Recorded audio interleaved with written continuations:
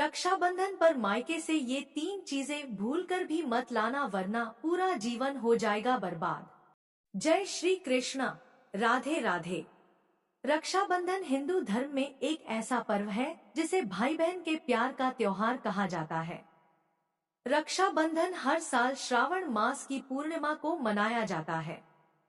इस दिन बहन अपने भाई की कलाई पर रक्षा सूत्र यानी राखी बांधती है। यह केवल राखी नहीं होती, यह मंत्रों से पूजित, भावना से सिंचित और श्रद्धा से जुड़ा एक ऐसा बंधन होता है जिसमें बहन अपने भाई के लिए न केवल मंगल की कामना करती है बल्कि उसकी रक्षा के लिए अपनी प्रार्थनाओं का कवच बुनती है। भाई इस पवित्र सूत्र को अपने जीवन की सबसे बड़ी जिम्मेदारी मानकर यह वचन देता है कि वह शरीर से ही नहीं, आत्मा से भी अपनी बहन की रक्षा करेगा, उसकी मान मर्यादा की रक्षा करेगा और किसी भी परिस्थिति में उसे अकेला नहीं छोड़ेगा। रक्षाबंधन का यह स्वरूप केवल आधुनिक परंपराओं में नहीं बल्कि वैदिक युग से चला आ रहा है।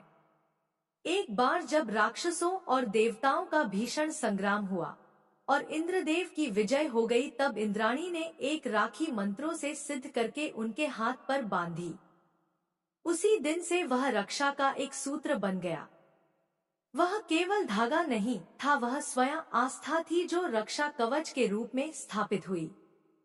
उसी रक्षा सूत्र के बल पर इंद्र को विजय प्राप्त हुई और तभी से यह परंपरा चली आ रही है कि जब कोई प्रिय व्यक्ति संकट में हो तब उसके लिए एक रक्षा सूत्र बांधकर उसके जीवन को मंगलमय बनाया जाए। यही नहीं, महाभारत काल की वह कथा जिसे हम सब जानते हैं कि जब श्री कृष्ण के हाथ से रक्त बह रहा था तब द्रौपदी ने अपनी साड़ी का पल्लू फाड़कर उनके हाथ पर बांध दिया। वह केवल एक कपड़े का टुकड़ा नहीं था, वह द्रौपदी की आत्मा से निकली रक्षा की भावना थी। श्री कृष्ण ने उसी क्षण यह प्रण किया कि जब भी द्रौपदी संकट में होगी वे उसकी रक्षा करेंगे, और वह वचन उन्होंने निभाया भी। चीरहरण के समय जब समस्त सभा स्तब्ध थी तब श्री कृष्ण ने उस वचन की लाज रखी और द्रौपदी की रक्षा की। यही रक्षाबंधन का वास्तविक अर्थ है कि जब एक आत्मा दूसरी आत्मा को केवल सामाजिक ही नहीं बल्कि आध्यात्मिक रक्षा का वचन देती है, तब वह संबंध जन्मों जन्मांतर तक जीवित रहता है। और यही वह भाव है जो हर साल रक्षाबंधन के रूप में घर घर में पुनर्जन्म लेता है। इस वीडियो में मैं आपको बताऊंगी कि रक्षाबंधन कब मनाया जाएगा, इस बार राखी बांधने के 3 शुभ समय कब रहेंगे और इस दिन भद्रा का वास कब होगा। इस दिन कौन से शुभ योग बनेंगे और अभिजीत शुभ मुहूर्त कब बनेगा। सबसे पहले जानते हैं कि साल 2025 में रक्षाबंधन कब है। इस साल रक्षाबंधन का पर्व 9 अगस्त शनिवार को मनाया जाएगा क्योंकि इसी दिन सावन मास की पूर्णिमा पड़ रही है। पंचांग के अनुसार पूर्णिमा तिथि 8 अगस्त को दोपहर 2:12 से शुरू होकर 9 अगस्त को दोपहर 1:24 तक रहेगी। इसलिए 9 अगस्त को ही रक्षाबंधन मनाया जाएगा। अब जानते हैं कि इस बार राखी बांधने के 3 शुभ समय कब रहेंगे और इस दिन भद्रा का वास कब होगा। इस दिन कौन से शुभ योग बनेंगे और अभिजीत शुभ मुहूर्त कब बनेगा। रक्षाबंधन 2025 का पावन पर्व पूरे श्रद्धा और उत्सव की भावना के साथ शनिवार 9 अगस्त को मनाया जाएगा। 9 अगस्त को दिन भर भद्रा का साया रहेगा और जब तक भद्रा रहती है तब तक राखी बांधना धार्मिक दृष्टि से वर्जित माना जाता है। लेकिन इस बार भद्रा काल रात्रि 8:41 पर समाप्त हो जाएगा। इसके बाद जो समय मिलेगा वह शुभ और दोष रहित रहेगा। इसीलिए रक्षाबंधन की विधिवत पूजा और राखी बांधने का श्रेष्ठ समय भद्रा समाप्ति के बाद की रात में ही माना गया है। राखी बांधने के लिए पहला मुहूर्त रात्रि 8:41 से रात्रि 9:45 तक रहेगा। दूसरा मुहूर्त रात्रि 9:45 से रात्रि 10:59 तक रहेगा। तीसरा विशेष मुहूर्त 10 अगस्त की आधी रात 12:01 से रात्रि 1:25 पर समाप्त होगा। यह सभी मुहूर्त भद्रा के समाप्त होने के बाद के हैं और इन समयों में राखी बांधना पूर्णतः शुभ और मांगलिक माना गया है। इस दिन शिव योग और सिद्धि योग का संयोग बन रहा है, जिसमें शिव योग प्रातः 10:05 से शुरू होगा और अगले दिन 10 अगस्त को प्रातः 8:12 पर समाप्त होगा, जबकि सिद्धि योग प्रातः 6:09 से आरंभ होकर अगले दिन प्रातः 6:07 तक रहेगा। इन योगों के प्रभाव से यह पर्व अत्यंत फलदायक होगा और राखी बांधने से भाई बहन दोनों के जीवन में शुभता और समृद्धि बढ़ेगी।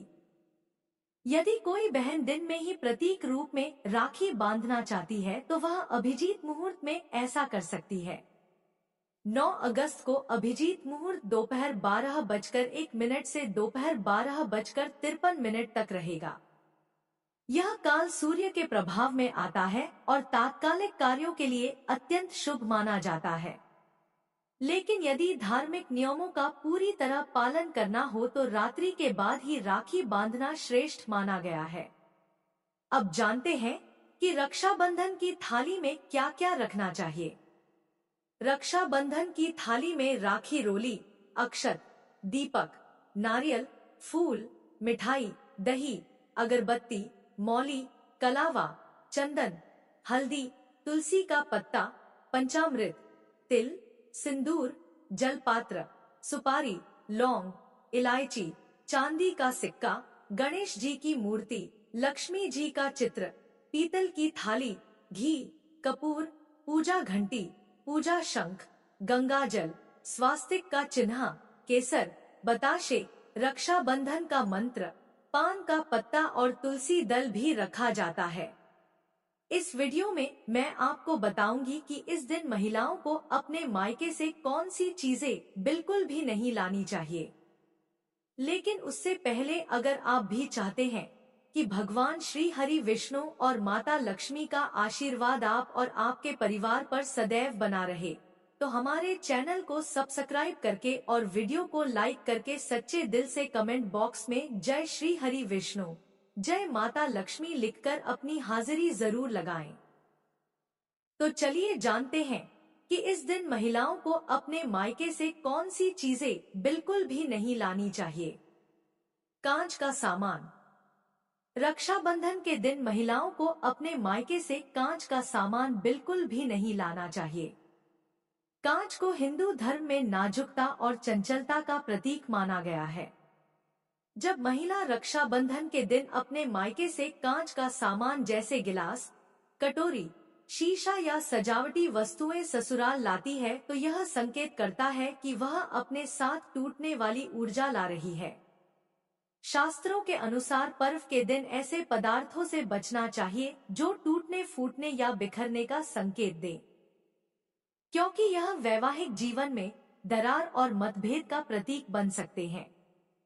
रक्षाबंधन का पर्व जहां प्रेम और स्थायित्व का प्रतीक है, वहीं कांच का सामान अस्थायित्व का द्योतक है। इसलिए इसे मायके से लाना शुभ नहीं माना गया। इससे रिश्तों में ठहराव की बजाय अस्थिरता उत्पन्न हो सकती है और घर की सुख शांति में विघ्न आ सकता है। यही कारण है कि धार्मिक दृष्टि से रक्षाबंधन के दिन कांच जैसी नाजुक चीजें मायके से नहीं लानी चाहिए। अचार। रक्षाबंधन के दिन महिलाओं को अपने मायके से अचार बिल्कुल भी नहीं लाना चाहिए। अचार को जितना स्वादिष्ट और प्रिय माना जाता है, उतना ही इसे शास्त्रों में संयम और अशुद्धि का प्रतीक भी कहा गया है। अचार में तीखापन, खट्टापन और लंबे समय तक रखा जाना इसे एक विशेष प्रकार की उग्रता और संग्रह का प्रतीक बनाता है। जब महिला रक्षाबंधन के दिन अपने मायके से अचार लेकर आती है तो वह घर में वाद, विवाद, कटुता और अप्रियता की ऊर्जा ला सकती है। यह दिन प्रेम, सौहार्द और मिठास का होता है। ऐसे में अचार जैसी चीज जो विपरीत गुणों की प्रतीक हो, वह घर के वातावरण को बाधित कर सकती है। धार्मिक मान्यता है कि पर्व पर जो वस्तु दी या ली जाती है, वह व्यक्ति के जीवन और ऊर्जा चक्र को प्रभावित करती है। अचार का मायके से लाया जाना ससुराल में तीखी बातें और मनमुटाव का कारण बन सकता है। इस पावन अवसर पर अचार को दूर ही रखना श्रेयस्कर होता है। लोहे का सामान। रक्षाबंधन के दिन महिलाओं को अपने मायके से लोहे का सामान बिल्कुल भी नहीं लाना चाहिए। लोहे को शास्त्रों में कठोरता और भारीपन का प्रतीक माना गया है। लोहे का संबंध राहु और शनि जैसे क्रूर ग्रहों से जोड़ा जाता है और यह ऊर्जा को भारी और स्थिर कर देता है। जब महिला रक्षाबंधन के दिन अपने मायके से लोहे का तवा, कढ़ाई, चाकू या अन्य कोई लोहे की वस्तु लेकर आती है तो वह ससुराल में मानसिक और पारिवारिक दबाव को आमंत्रित कर सकती है। यह चीजें रिश्तों की कोमलता को प्रभावित करती हैं और घर के वातावरण में कठोरता बढ़ा सकती हैं। लोहे की वस्तु मायके से लाना घर की शुद्धता और आध्यात्मिक संतुलन को भी बाधित करता है, क्योंकि यह अग्नि और वायु तत्व से मेल नहीं खाता। धार्मिक दृष्टि से यह भी माना गया है कि पर्वों के दिन लोहे का लेन देन करने से लक्ष्मी की कृपा रुष्ट हो सकती है। इसलिए रक्षाबंधन जैसे शुभ अवसर पर लोहे की चीजों से दूर रहना उत्तम होता है। नमक। रक्षाबंधन के दिन महिलाओं को अपने मायके से नमक बिल्कुल भी नहीं लाना चाहिए। नमक को जीवन में स्वाद का प्रतीक माना गया है, पर धार्मिक दृष्टि से इसका बहुत गहरा अर्थ होता है। नमक को शुद्धता और शरीर की ऊर्जाओं से जोड़कर देखा गया है। जब महिला रक्षाबंधन के दिन अपने मायके से नमक लेकर आती है तो वह अपनी ऊर्जा के संतुलन को अनजाने में प्रभावित कर सकती है। नमक को राहु, केतु और शनि की तामसिक ऊर्जा से जोड़ा गया है और इसका पर्वों पर लेन देन करना आर्थिक स्थिरता को नुकसान पहुंचा सकता है। यह धन के रुकने और खर्चों के बढ़ने का संकेत बनता है। साथ ही यह भी मान्यता है कि जो बहन मायके से नमक लेकर आती है वह अपने ससुराल में सौहार्द और सम्मान की मिठास कम कर देती है। नमक में पृथ्वी और जल तत्व की प्रधानता होने के कारण यह घर के आध्यात्मिक संतुलन को भी हानि पहुंचाता है। इसलिए इस पवित्र अवसर पर नमक से संबंधित वस्तुओं को मायके से लाना वर्जित माना गया है। गैस चूल्हा। रक्षाबंधन के दिन महिलाओं को अपने मायके से गैस चूल्हा बिल्कुल भी नहीं लाना चाहिए। गैस चूल्हा और रसोई के उपकरण गृहस्थ जीवन की धुरी होते हैं, लेकिन इनका लेन देन खासकर मायके से ससुराल में करना धार्मिक दृष्टि से शुभ नहीं माना गया है। चूल्हा अग्नि तत्व से जुड़ा है और अग्नि का संचालन यदि मायके से आया हुआ प्रतीक बन जाए तो इसका अर्थ होता है कि बहन अपने ससुराल के गृह कार्य में बाहरी प्रभाव ला रही है। यह बात परंपराओं और परिवार की गरिमा के विपरीत मानी जाती है। साथ ही पर्व के दिन अग्नि से जुड़ी वस्तुओं को स्थानांतरित करने से गृह में अग्नि दोष उत्पन्न होता है, जिससे वैचारिक असंतुलन, झगड़े और असामंजस्य पनपते हैं। धार्मिक रूप से यह भी माना गया है कि जिस घर में चूल्हा बहन अपने मायके से लेकर आती है वहां ससुराल पक्ष की रसोई पर बाहरी ग्रहों का प्रभाव पड़ता है और सुख समृद्धि में रुकावट आती है। इसलिए रक्षाबंधन के शुभ अवसर पर रसोई के बड़े उपकरण मायके से न लाना श्रेष्ठ रहता है। झाड़ू। रक्षाबंधन के दिन महिलाओं को अपने मायके से झाड़ू बिल्कुल भी नहीं लानी चाहिए। झाड़ू को हिंदू धर्म में लक्ष्मी का प्रतीक माना जाता है, पर यह एक विशेष वस्तु है जिसका प्रयोग घर की नकारात्मक ऊर्जा को हटाने के लिए होता है। इसी कारण झाड़ू को हमेशा घर में छुपाकर रखा जाता है और इसका आदान प्रदान वर्जित माना जाता है। यदि कोई महिला रक्षाबंधन जैसे पावन पर्व पर मायके से झाड़ू अपने ससुराल लेकर आती है तो यह घर की लक्ष्मी का अपमान समझा जाता है। यह संकेत करता है कि वह अपने मायके से ससुराल की दरिद्रता और क्लेश को बुला रही है। झाड़ू लाने से गृह दोष, आर्थिक हानि और परिवार में दरार आने की संभावना बढ़ जाती है। ज्योतिष शास्त्र के अनुसार झाड़ू में राहु और केतु जैसे ग्रहों का प्रभाव माना गया है जो घर में विपरीत फल देते हैं। इस दिन झाड़ू लाना न केवल अशुभ है बल्कि ससुराल के सुख शांति में बाधा उत्पन्न करने वाला कार्य है। महिलाएं इस दिन झाड़ू भूल से भी न लाएं। काले वस्त्र। रक्षाबंधन के दिन महिलाओं को अपने मायके से काले वस्त्र बिल्कुल भी नहीं लाने चाहिए। काले रंग को सनातन परंपरा में शोक, तामसिकता और नकारात्मक ऊर्जा का प्रतीक माना गया है। रक्षाबंधन का पर्व प्रेम, उजास और शुभकामनाओं से भरा होता है। इस दिन अगर कोई महिला अपने मायके से काले वस्त्र लेकर आती है तो यह मान्यता है कि वह अपने साथ अंधकार, दुख और दरिद्रता को ससुराल में ला रही है। काले कपड़ों का संबंध शनि और राहु जैसे क्रूर ग्रहों से माना गया है और इनका प्रभाव पारिवारिक जीवन पर भारी पड़ सकता है। इस दिन ससुराल में काले वस्त्र लाना घर की लक्ष्मी के अपमान के समान होता है और इससे गृह दोष, दाम्पत्य कलह और मनोवैज्ञानिक तनाव बढ़ सकता है। शास्त्रों में विशेष रूप से कहा गया है कि मांगलिक पर्वों पर शुभ रंग जैसे लाल, पीला, गुलाबी या हरा पहना जाए और ऐसे ही वस्त्रों का आदान प्रदान हो। रक्षाबंधन पर काले वस्त्रों को मायके से लाना न केवल अनुचित बल्कि अशुभ फलदायी हो सकता है। नुकीली वस्तुएं। रक्षाबंधन के दिन महिलाएं अपने मायके से नुकीली चीजें बिल्कुल भी नहीं लानी चाहिए। नुकीली वस्तुएं जैसे कैंची, चाकू, सुई, ब्लेड आदि को सनातन धर्म में कटुता, संघर्ष और कटाव का प्रतीक माना गया है। रक्षाबंधन जैसे शुभ दिन पर जब बहन और भाई का अटूट प्रेम बंधन में बंधता है, उस दिन अगर कोई महिला मायके से ऐसी नुकीली वस्तु ससुराल लाती है तो यह प्रेम संबंधों में दरार और कटुता उत्पन्न करने वाला संकेत होता है। विशेषकर पति पत्नी के रिश्तों में इसका नकारात्मक असर माना गया है। साथ ही यह लक्ष्मी और वैवाहिक सुख के विरोध में भी माना गया है। नुकीली वस्तुएं घर की ऊर्जा को काटती हैं और आपसी संबंधों में दूरी और वाद विवाद को जन्म देती हैं। शास्त्रों में ऐसे उपकरणों को केवल आवश्यकता पड़ने पर ही लाने की अनुमति है, लेकिन किसी शुभ पर्व पर इनका लेन देन वर्जित माना गया है। इसलिए रक्षाबंधन के दिन ससुराल लौटते समय महिलाओं को नुकीली चीजें मायके से नहीं लानी चाहिए। जूते, चप्पल। रक्षाबंधन के दिन महिलाएं अपने मायके से जूते, चप्पल बिल्कुल भी नहीं लाने चाहिए। जूते, चप्पल को हिंदू धर्म में अपवित्र और तामसिक वस्तु माना गया है, क्योंकि यह पैरों से जुड़े होते हैं और जमीन की सारी नकारात्मकता को अपने साथ जोड़ते हैं। रक्षाबंधन जैसे पवित्र पर्व पर जब बहन अपने मायके से ससुराल लौटती है तो जूते, चप्पल लाना गृह दोष, वैवाहिक तनाव और आर्थिक हानि का कारण बन सकता है। यह संकेत करता है कि कोई अपवित्र वस्तु घर के अंदर प्रवेश कर रही है। जूते, चप्पल को घर की चौखट से भीतर लाना भी सामान्य दिनों में निषेध माना गया है।